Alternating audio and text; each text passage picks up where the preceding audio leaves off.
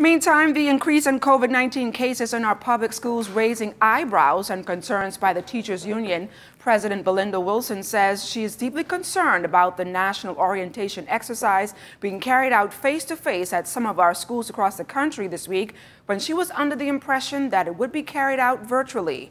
During an interview yesterday, the B.U.T. president noted that after reports of several suspected cases of COVID-19 in a number of public schools surfaced last week, she is left with more questions than answers about the safety of teachers, students, and parents.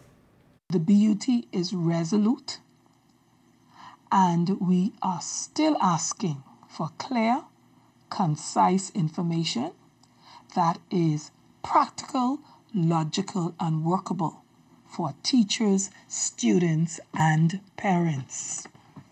On the eve of school opening for 48,000 public school students, the concerns we expressed from March, yes, 7 months ago, are the same concerns today.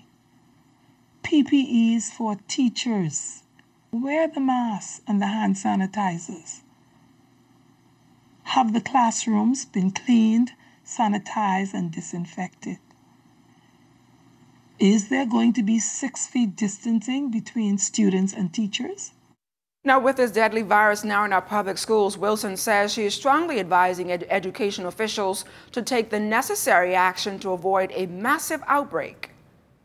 We are requesting that testing be done for teachers and students, as the schools can become a breeding ground for a COVID-19 outbreak.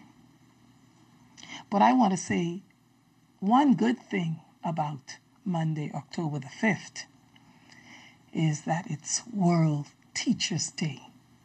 And I want to say happy World Teachers' Day to all the 4,000 teachers in 172 schools on 27 islands and keys from Grand Bahama to Inagua.